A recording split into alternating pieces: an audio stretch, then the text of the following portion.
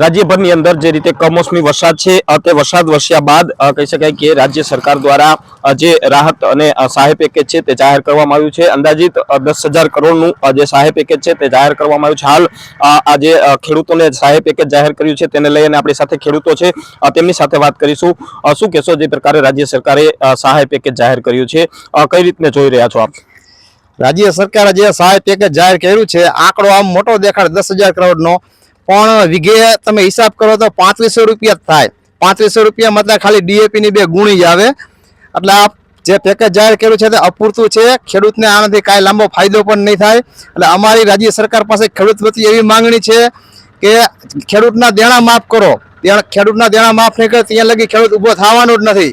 જૂની વીમા યોજના છે તે ચાલુ કરો, બાકી આ પેકેજથી ખેડૂતને કાંઈ લાંબો ફાયદો થવાનો નથી। એટલે અમારી રાજ્ય સરકારને વિનંતી છે કે હવે ખેડૂતને જો દેણામાંથી બહાર કાઢવો હોય, આત્મહત્યા કરતો બચાવવો હોય તો તમારે ખેડૂતના દેણા માફ કરો તો ખેડૂતનો દીકરો 2 પાંદડા થશે અને કાંઈક ઊભો પગભર થઈ શકશે। અત્યારે પરિસ્થિતિ એવી છે કે તૈયાર પાક પડ્યો હતો અને ઘણા ખેડૂતને દીકરી દીકરાના લગ્ન પણ હતા, રાહ જોઈને બેઠો હતો, ખાલી લણવાનો જ હતો। અને ભગવાને જે આજે કુદરતી વરસાદ જે વરસાવ્યો અને આખો પાક નાશ પામ્યો, એટલે એ બિચારા લગ્નનો અત્યારે વિચાર શું કરશું, શું દીકરીને આપશું। એટલે અમારી સરકારશ્રી પાસે 2 હાથ જોડીને વિનંતી છે કે સરકારશ્રી ખેડૂત સામે જુઓ અને ખેડૂતના તમે દેણા માફ કરો, આ જ અમારી માંગણી છે।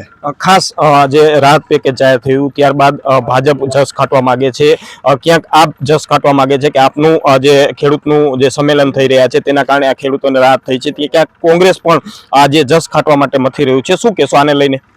ખેડૂત રીઓને કોઈ પક્ષમાં હોતો જ નથી। ખેડૂત રીઓ ગામડાની અંદર બધા પક્ષમાં જે નીતિ જે માનતો હોય, જે પક્ષને વરેલો હોય, એટલે ખેડૂત બધા પક્ષમાંથી ખેડૂત હોય જ, બધી જ્ઞાતિના પણ ખેડૂતો જ હોય। એટલે ખેડૂતને કોઈ પક્ષ નથી આવતો, કોઈનામાં જસ કાઢવાની જરૂર નથી। અમે બધા પક્ષને વિનંતી કરી છીએ, આપને પણ વિનંતી કરી છીએ, કોંગ્રેસને વિનંતી કરી છે અને ભાજપને પણ વિનંતી કરી છે એ બધા ભેગા મળી અને ખેડૂતના દેણા માફ કરવામાં હાઈરે જોડાવ।